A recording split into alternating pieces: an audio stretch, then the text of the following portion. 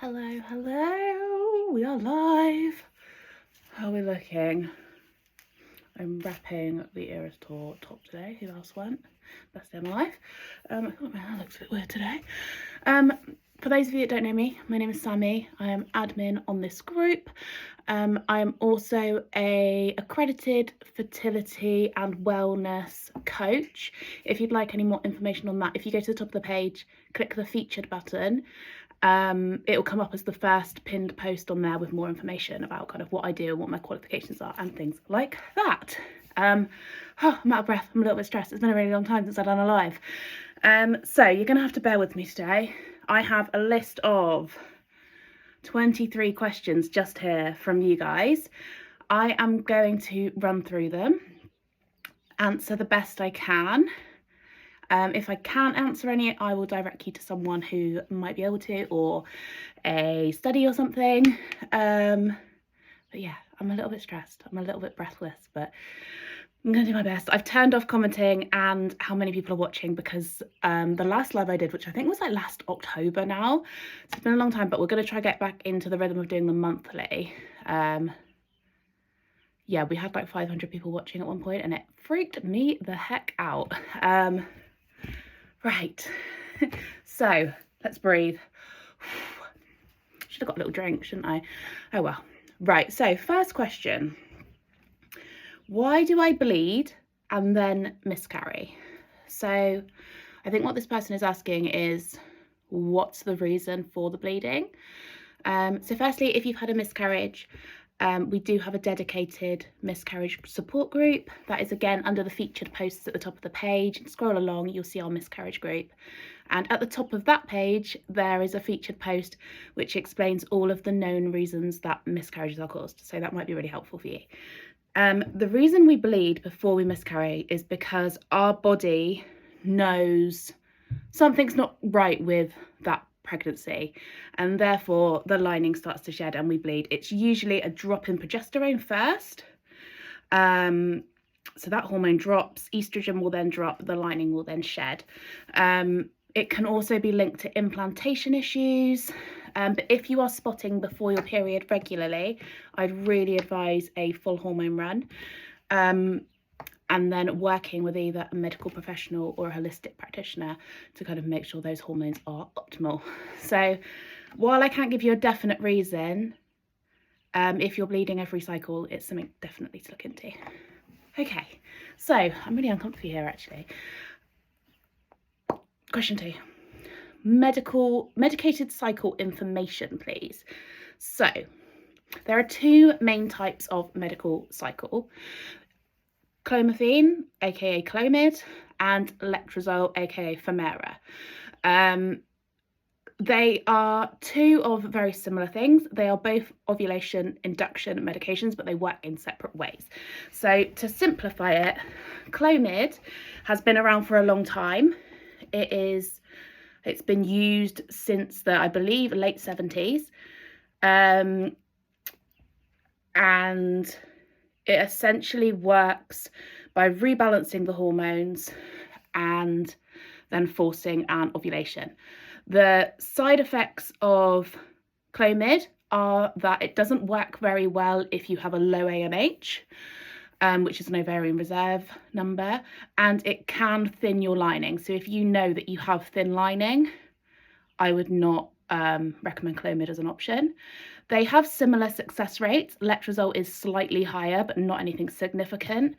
And Clomid seems to be the most prescribed one. I think that's just because it's the most well known.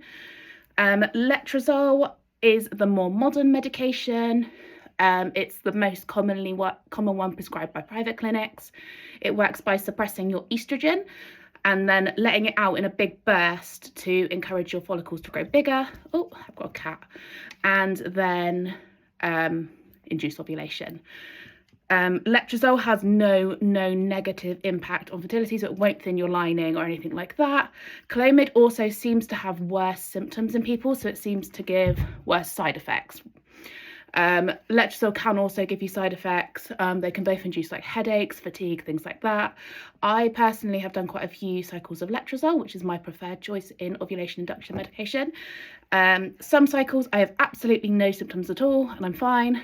Other cycles I've had awful symptoms and been almost bedbound.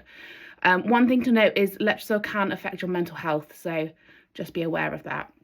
So both of these medications you'll normally take for 5 days at the start of your cycle, normally day like 2 to 6 or 3 to 7, somewhere around there, and then you'll stop, and then you'll be monitored, or you'll self-monitor and make sure you ovulate, and it's normally 5 days to a week after you stop the medication.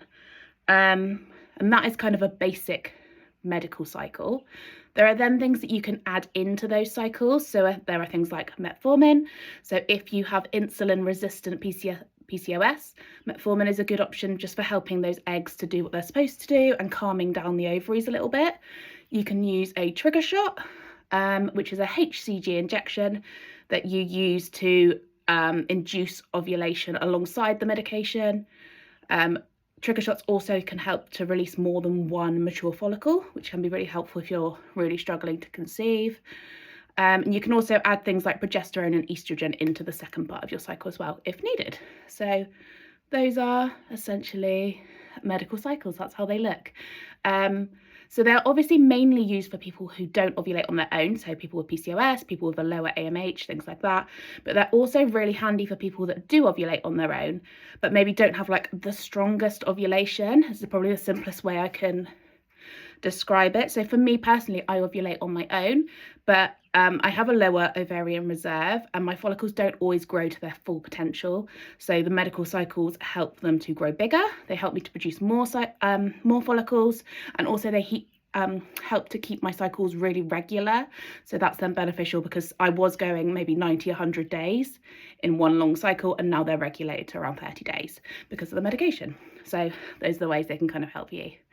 Oh, breathe, that was a long one. I don't know how many of you are here watching me kind of have an asthma attack, but that's where we are. So next question, how do I organise my medication and supplements? So if you follow me on TikTok, my @ is @ like the @ sign, that TTC gal, if you want to follow me. I have the little pill organizer boxes. Let me show you one. I'm in my bedroom so I can grab one. So I have these. So I have 2 of these for the morning, 2 for the evening. I put my supplements in one, medication in the other for morning and evening. I do exactly the same for Lee, my husband. And I also just list it out in my like iPhone calendar. So I know, because I start taking some at certain points in my cycle. So for example, my letrozole, I'll take cycle day 2 to cycle day 6. So I'll put that in my calendar.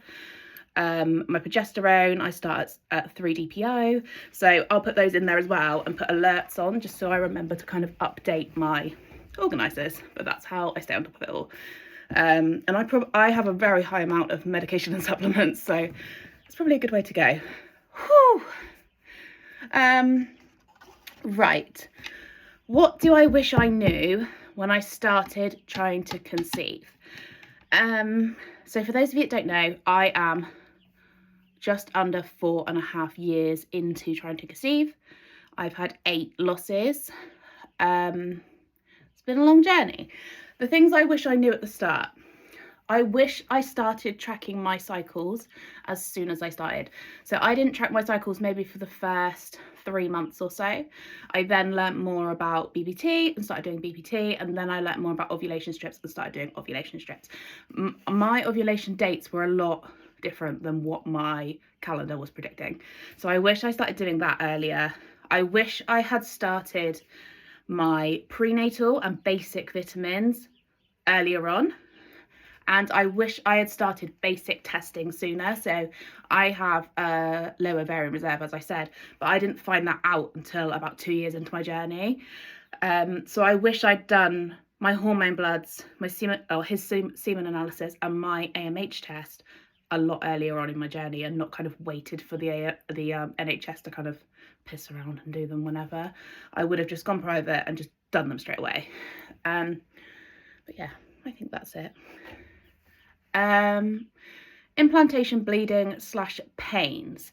So in this group, we talk a lot about implantation bleeding and pains. What I will say is implantation bleeding is very, very uncommon. So only around 10% of people will actually experience a true implantation bleed. If you are experiencing an implantation bleed, you will get a positive test 48 hours after the start of the bleed. If you don't, it's not an implantation bleed. Implantation pains, again, a very low number of people will feel implantation. It's much more likely muscle twinges, trapped gas, hormone changes, rather than an actual pain.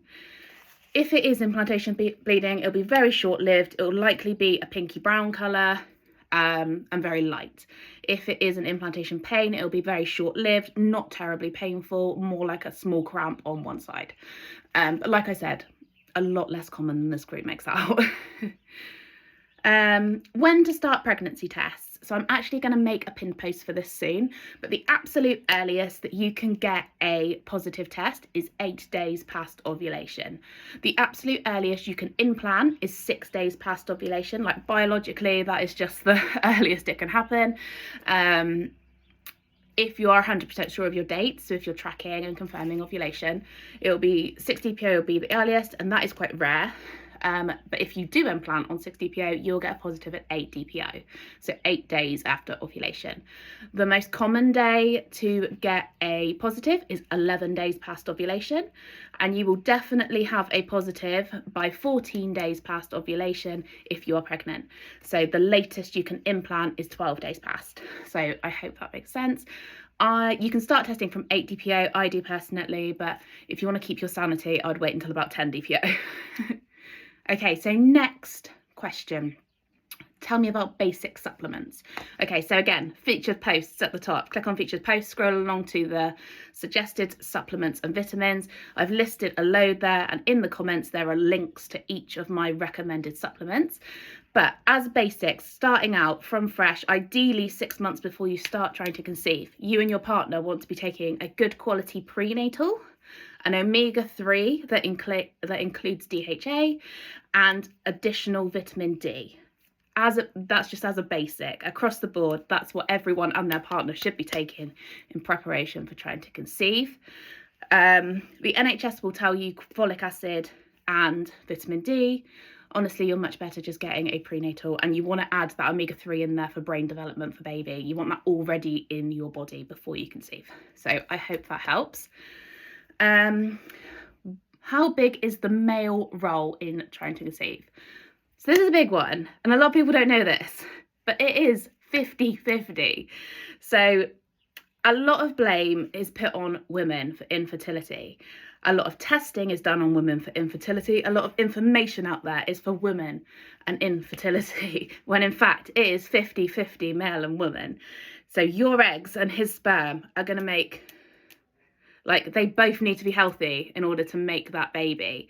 So he also needs to equally be taking good care of himself as well as you. So you both need to be eating well, cutting out the caffeine and alcohol, stopping smoking and vaping, taking your supplements, making sure that you're baby dancing at the right time, not doing things that are going to heavily impact your fertility. Because if you have absolutely gleaming eggs and your body is like a temple of pure perfection, but his sperm are just subpar and he's not really looking after them, it's not going to work. It's 50-50 when we're making that baby. And fun fact, a lot of what happens in your pregnancy is dictated by the man.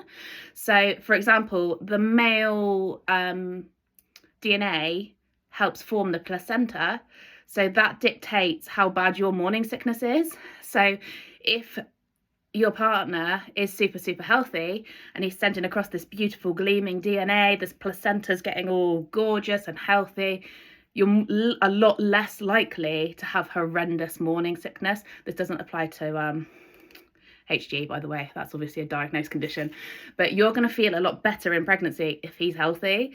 So yes, he is also responsible for 50% of the DNA in the baby. So for a healthy baby, not just a healthy pregnancy, not just getting pregnant, the actual baby that's going to be born, his DNA is half of that, which means his DNA needs to be healthy as well. So we are exactly 50-50, and I feel so strongly about that.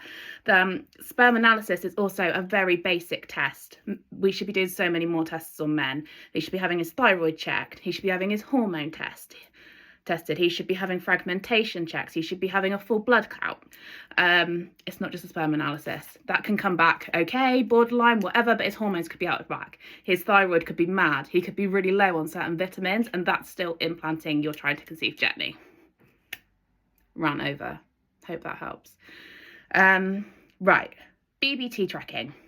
I'm going to say it again. I'm sorry, but there is a pin post at the top of this page under featured. Scroll along. I think it's about the third one. It explains BBT step by step, and there's a diagram at the bottom. But essentially, what you want to be doing is getting a thermometer. Any oral thermometer is fine. You want to make sure it's to 2 decimal points, so 00.00. You then take your temperature, ideally vaginally, because orally, if you have your mouth open at all in the night, is just not going to work, not going to be accurate. Take it vaginally every morning, roughly the same time. Before you get up and do anything, log it in your app. You'll notice the graph will be low in your follicular phase until ovulation, and then 1 DPO will shoot up and then stay high until your period, and that's what we want to see.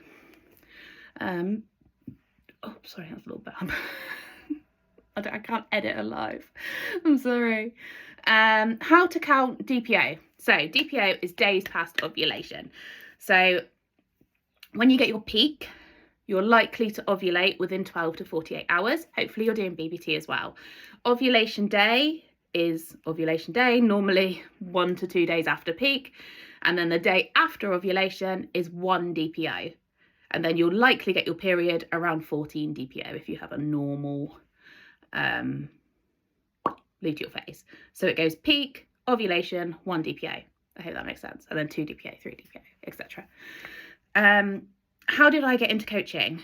Love this question. So I got into coaching about, almost 4 years ago now, 3.5 years ago. And to start with, honestly, it was for my own benefit. It was a very selfish move on my part. I wanted to know, I was getting very frustrated with the system. I was deep in the NHS system. I wasn't getting a lot of help. I was being told that I had unexplained infertility. There was nothing wrong with me. I just couldn't hold on to a baby. And that just feels like it's not true to me. There's always going to be a reason. So I decided to start training as an accredited coach, which I did. I started my training. I did my level 5, which is like a foundation degree level. It took me it took me about a year, just over, to complete that. And then I did a load of courses on top. So if you go and look at my pinned post under featured, you'll see the full list. I cannot remember them all off the top of my head, but I've also done a nutritionist course, fertility nutrition and pregnancy nutrition. I've specialised in loss prevention, thyroid health, all kinds of things. I'm still doing training now. I'm gonna start this year my level 6 and 7, so that will take me to degree level, and I have some other things planned as well.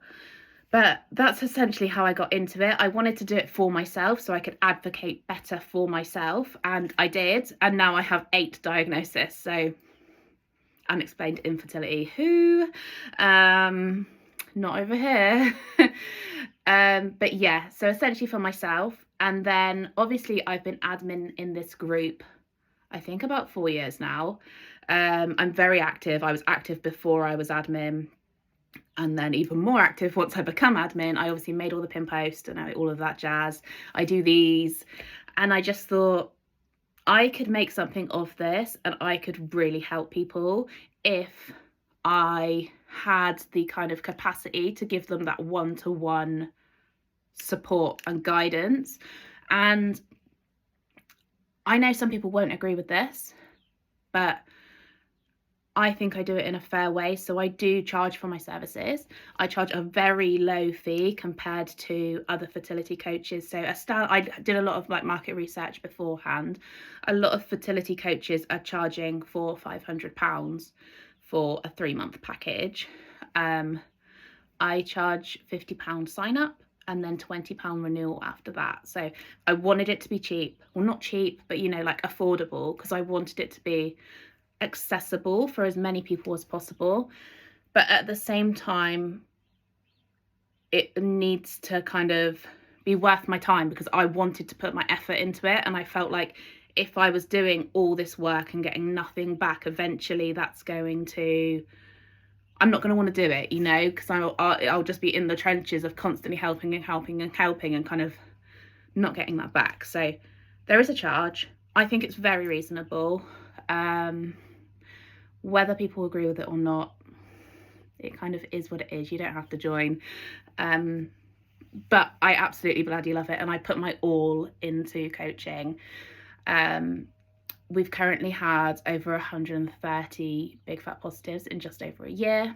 Some of those girls have been trying for 5 years, 10 years without a positive at all. So it's amazing and I love it. And that's why I got into it. Sorry for the ramble. Right. How do you deal with the guilt after a negative test? I'm a pro at this. I've been doing it a long time. So what I do, personally, I don't feel guilty anymore. It's not my fault that I got a negative test. It's not anyone's fault. So you have roughly 20 to 30% chance of getting pregnant each cycle. And that's if there's nothing wrong with either of you and you did everything perfect. So if you were both pristine health, you timed everything perfect, you baby danced perfectly, you still only got a 20 to 30% chance of getting pregnant. That's just the odds. It's just the way it works. And there's lots of reasons for that. Things have got to meet up. DNA's got to work. Genetics got to work. Lining's got to work. Hormones have got to do their thing. And just sometimes they just don't. And that's that. Some people are more fertile than others. Some people have better luck than others. We know that. It is what it is. So I obviously have my 8 diagnoses. Most of them are very under control. Some of them I cannot control at all. So for example, I have scar tissue in my uterus. So if sperm meet that egg and it was traveling along, tried to implant in the scar tissue, we're out. And there's nothing I can do about that. I have no control about where that embryo implants in my uterus. It'll be the same if you had a polyp, or if you have PCOS, you don't know if your follicles are growing to the correct size. If you have endometriosis, you can't stop it implanting on the endometriosis. Do you know what I mean? There's so many reasons. So I don't feel guilty that it's my fault. It's no one's fault. It just is what it is. But I also do some things to help myself feel better. So cycle day 1, I know when my cycle day 1 is going to come. I have regular cycles because of the medication. I always have a really hot bath, and I have I'm so gross. And I have a really fancy Lush bath bomb and moisturizer and face mask and everything planned. So as soon as cycle day 1 comes, there's just nothing better than getting in a boiling hot bath and just lying there with an audiobook or whatever I want to be doing and just smelling divine. Sorry. I also like to plan a date night around cycle day 1, not always cycle day 1 because I'm like crampy and gross, and I normally will have a takeaway, cycle day 1, bath and a takeaway. So it's like a little treat, little reward for getting through a cycle. Makes me feel better. I also don't have hot baths for the rest of my cycle because of the effects on embryos. So that's a real like treat for me. And then I like to plan out my next cycle to make it slightly better than the cycle before. So I'll plan it all out in my calendar. I will stock up on supplements. I'll stock up on my tracking. I'll have like a think of what I could do this cycle to improve it more. So I'll add in, I don't know, some more yoga. I'll look into fertility massage. I will incorporate more oily fish into my diet. I'll eat more leafy greens. I'll work more on my mental health, whatever that is. I plan it all out step by step on my cycle. Helps me feel more in control of a very uncontrollable situation. I then also like to plan out social events during my like 2-week wait and stuff. So I'll message my friends. I'll be like, let's do something this week. What do you want to do? Let's go for lunch. Let's go for coffee. Let's have a games night. Whatever you like doing, I then start planning those in, so I have things to look forward to that aren't just fertility based. So that is what I do, and it works. And I'm pretty mentally sound the majority of the time. The best way to lose weight while trying to conceive. So I offer a weight loss group in my coaching program. I also offer nutritional meal plans and weight loss plans, no, workout plans, all designed around fertility friendly. And also I do them for my pregnancy gals as well. But it would be very long and they're very personalised to explain those exactly. But essentially, you want to do a slight calorie deficit. You don't want to go too much into a deficit, that's going to affect your hormones. But you want to be in a slight calorie deficit. You can work this out online on the calculators using your weight and height. You want to have a high protein diet, at least 100 grams of protein a day. This is particularly important if you have PCOS. You want to be eating lots of fruits and veggies, lots of water, having lots of water, and doing gentle exercise, purposeful exercise, at least 5 days a week, whether that's nice long walks, swimming, exercise classes, home workouts on YouTube, whatever you like. I personally like walking. I walk my dog every day. I do Pilates classes, and I like to just do home workouts, and I do quite a lot of yoga as well. But yeah, whatever you fancy, basically, whatever you enjoy, do it. But yeah, don't cut any food groups, don't do any fad diets, don't do any toxic eating like Slimming World or meal replacements or anything like that. Just not helpful for hormones. And I'm sure there are people that do those things and have gotten pregnant, but in the grand scheme of things, it's not great for you. But yeah, slight calorie deficit, download an app, track your food, jobs are good in. Improving egg quality. So there are lots of things you can do to improve egg quality. It would be a mix of a good supplement routine, a nice exercise routine, the way you eat, the toxins that you're letting in and putting around your body, and potentially medications can help as well. So I do have a full TikTok on this, which I will link below. But essentially, you just want to be looking after yourself the best you can. If you have a particularly low AMH, I would also completely cut caffeine, alcohol, smoking, junk food. Just all of it is bad for your egg count and egg quality. If it's already very low, and very, very low, I mean kind of around 1 or under. So under 10 is classed as like lowish. Under 5 is classed as low, and under 1 would be very low. Anything above 10 I wouldn't be too worried about. But yeah, that is personally what I would do. Next one, can I conceive with a low AMH? Yes, definitely. So it depends on how low it is as to how you'd optimize it. So like I said, I just gave the remits, but depending on how low it is, you basically want to be optimizing every cycle. So tracking is your best friend. Tracking and confirming ovulation, making sure that you're taking care of yourself the best you can. If your AMH is under 1, you're probably not going to respond to IVF that well. It's not saying you can't do it, but you're probably not going to respond that well. If it's under 5, the NHS won't usually do IVF for you. It's not saying you won't respond, they just personally don't do it in most areas. And above that, you can conceive naturally or do IVF. It's completely up to you. Just a reminder that once you've had IVF on the NHS, they will not offer any further support. What is next? Improving sperm quality. So again, featured post, look under supplements. I've got a list. But it's very similar to egg quality. You want to be good supplement routine. You want to be eating really well, lots of fruits, veggies, protein, greens, healthy fats. You want to be doing a gentle exercise routine. You want to be cutting caffeine, alcohol, smoking. You want to be keeping the groin area cool, so loose boxers, not doing any exercise that are making that area particularly warm. Also things that can help with cold therapy and red light therapy is something to look into. And if he does have particularly bad semen results, I'd also look into a hormone test and a fragmentation test and possibly a urology referral. Regulating hormones after birth control. Now this is a tough one, and it varies person to person. It varies birth control to birth control. So I always say, well, in general, the not just me, I haven't just made this up, but like studies say that it can take up to 18 months for your body to fully regulate its cycles after a hormonal birth control. So that's to be ovulating regularly, periods be proper, hormones be regulated. For some people, much quicker. For some people, maybe a little bit longer. But things you can do to kind of speed that up: supplements, good supplement routine, a real like hormone balancing supplement routine, eating super healthy, making sure you're getting enough calories, but that your BMI is in healthy range.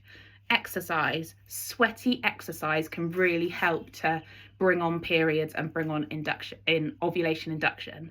After you've ovulated, more gentle exercise. I'm thinking lots of water, very important. Things like hot baths as well before. So if you're trying to induce a period to come, hot baths, really helpful. Castor oil packs can also be really helpful. But at the end of the day, it's just working with your body to be as healthy as you can. The healthier you are, the quicker it's going to regulate. How do I stay positive? So obviously I've touched on this a little bit around my cycle day 1, but I do a lot of things. So I do have diagnosed mental health conditions. I'm not afraid to share those. I have complex PTSD, that's from childhood trauma. I have diagnosed depression, and I also have anxiety, which is tough. It's something that I've had since I was kind of 11 years old. But I've learnt ways to deal with that. There is no shame around asking for help and having counselling or therapy. I have had different versions of counselling and therapy since I was 11 and a half years old. I still have them now. So at the moment I see a psychotherapist and a fertility counsellor, and I find them both very helpful. I see them alternate weeks. And I find that really helps, just to have someone impartial to kind of bounce things off of and be like, it's been a rubbish week. I've really struggled. I've not eaten as well. I've not exercised as well. I feel rubbish. And just have someone to be like, you're doing bloody amazing. Like, let's make a plan going forward. Sometimes that just helps get you back on track. So I would recommend that. Also, if you feel you need it, medication. There are medications you can take that aren't going to affect your fertility. I have been on antidepressants since I was 12, and they are not the cause of any of my fertility issues, and my doctors are more than happy for me to stay on them. I've asked some of the top professionals in the UK about this because I always worry, and it's fine, and it does me the world of good. It's more productive that I stay on it than come off of it. Hiccup, sorry. But other ways kind of around mental health, I have a really good support network around me. So me and Lee, my husband, talk about things very openly. He is 50-50 in this journey. Like, he is amazing, and I couldn't ask for a better partner. And having him on this journey with me is amazing. He tries just as hard as I do. He wants this just as much as I do. And feeling like we're in it together as a partnership is amazing. I also have a small circle of close friends and family that I confide in, so I keep them updated. I'm very open in speaking to them about it. And they're hugely supportive, but they're not kind of over the top. They're not messaging me all the time. Are you pregnant yet? Are you doing this? Are you doing that? But if I open a conversation about it, they're very happy to talk to me about it and offer kind of advice and support and just love when I need it. So having that support network is amazing. Alongside this, I think exercise is a big thing. Getting outside every day and just having a life out of trying to conceive. I never neglect making plans because I'm trying to conceive. I book like holidays, big thing for me. I always have to have holidays to look forward to. If I'm sad, I book a holiday. If you follow me on TikTok, you'll know this. I think I have 4 booked this year already, my first one being next month. I have 2 booked next month actually.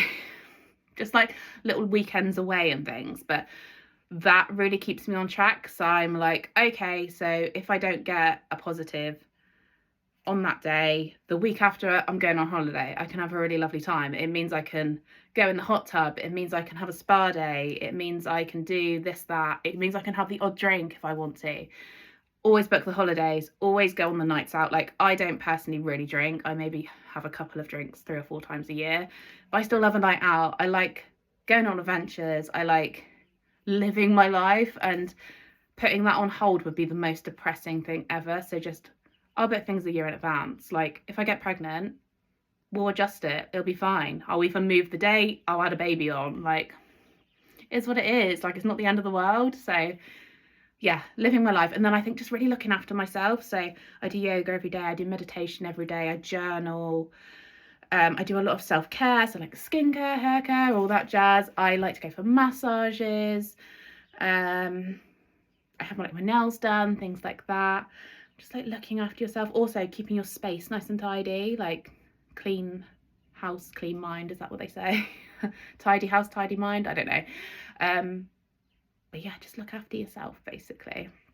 And that's what helps. I also find the groups hugely helpful. I obviously share my journey on TikTok as well, which is a bit of a relief most of the time. But yeah, that's how I stay positive. Where are we? PCOS support. PCOS is a tough one. There are different types of PCOS. There is PCO, there's PCOS, there's insulin resistant PCOS, there's cystic PCOS, there is a lot of stuff going on. There's combination PCOS. So it very much depends on the type of PCOS you have. But the essentials are, I'm going to sound like a broken record, a good supplement routine that complements PCOS and the severity and the type of your PCOS. Tracking. Obviously, most people with PCOS are going to have some sort of a regular cycle. Tracking and confirming ovulation. Having hormone runs to seeing what your hormones look like and then trying to level them out the best you can. And diet and exercise, such a huge thing for PCOS. They're probably one of the best things you can do for yourself. So a nice high protein, high healthy fat diet, being a healthy BMI and regular exercise is just like the creme de la creme of PCOS. I work with a lot of PCOS gals. I have PCOS personally. I've completely regulated my hormones, and I have for a lot of other gals. I've also started a lot of other girls ovulating regularly and things. So it's possible, but you do have to work at it, and it doesn't make it easy. What is the best semen analysis? So home test kit wise, I like Xseed. It's about EXSEED. You can get it on Amazon, you can get it on the Xseed website. There's probably other sites you can get it on as well. It comes with 2 test kits and like a fancy little monitor thing. You do it all at home, upload it onto an app, you get results pretty much instantly, and then a clinical professional looks and confirms basically. I've done these a lot. I think they're around £80 at the moment. They used to be 60, but inflation. But £80 for 2 tests, not bad. So yes, they are good, and you can do it in the comfort of your own home. The only issue is they don't look at morphology or things like viscosity.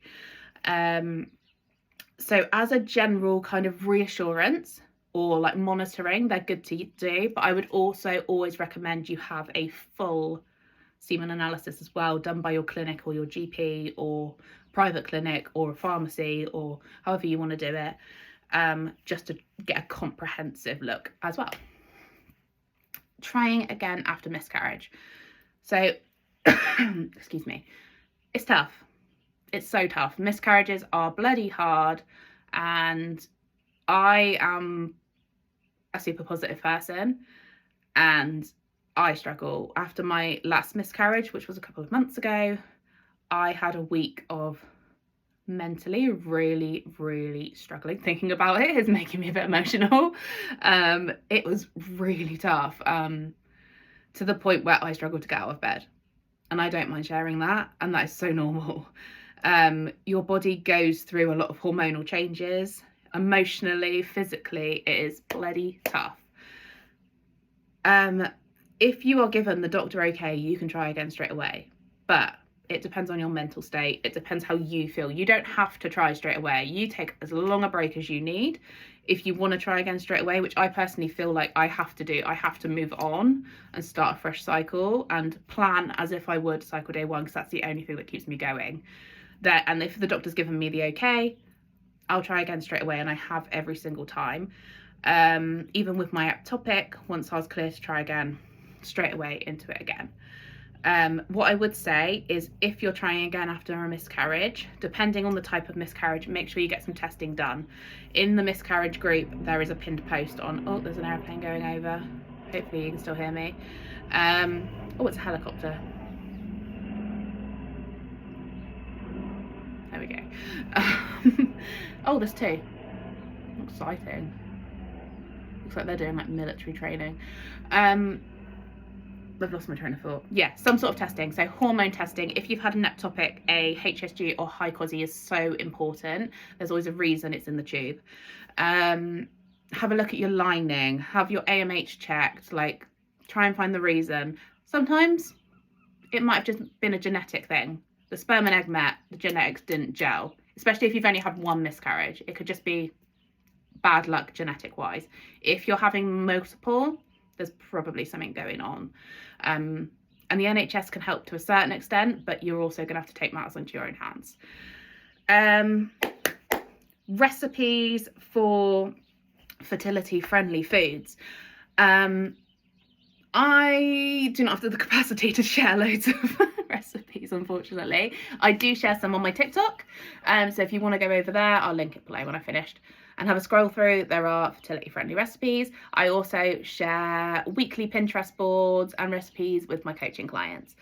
We don't allow weight loss posts in the group just because they can get quite toxic, and we don't want false advice to be given. But as a general, in every meal you want to have a complex carbohydrate. So this is a brown carb essentially. So wholemeal bread, wholemeal pasta, wholemeal rice, sweet potatoes, quinoa, couscous, things like that. Top that with your protein source. So meat, fish, tofu, eggs, a protein rich veggie, whatever you're going for. Then add in your healthy fats. So this can be olive oil, avocado, nuts, seeds, ghee, anything you fancy with that. And then you want to make sure you've got a good amount of fruit and or veg. Leafy greens, particularly good. Any fruit and veg, add that in. And that is just going to be your perfect meal. So for example, for breakfast this morning, I had a protein yogurt, full fat Greek yogurt. So that was my healthy fat. It was also fairly high in protein. I had the granola on the top, which had a lot of nuts and seeds, healthy fats, and also my healthy carbohydrate. I added blueberries to that, which is my fruit. And then I had that with a protein coffee with added collagen, and that covers straight across the board. For a tea, I like something like salmon pasta. So I will do salmon, skin on, keep all the healthy fat in, lots of olive oil, wholemeal pasta, some sort of like sauce. I'll add spinach, I'll add olive oil, I'll add tomatoes, mix it all together, some chili and garlic. Perfect. Add salad to every meal, get it boosted up. That's what you want to be doing. Letrozole versus Clomid. So we've already kind of been through this. I am team letrozole, purely because it's the more modern medication, less side effects, and doesn't affect your womb lining. Doesn't mean I'm against Clomid. Loads of people have had success with Clomid. It's just not for everyone. And as a general, letrozole could be for everyone. Letrozole is also the better choice if you ovulate on your own and you want that boost. Letrozole does that better. So that is my thought on that. So that's all the questions. I did it. I survived. I don't know how many of you are here. I am going to save this. So this is the February live.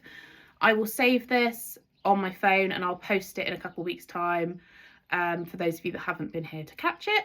And the start of March, I will put up another Q&A, so you can add your questions to it, and then we'll do another one of these the end of March.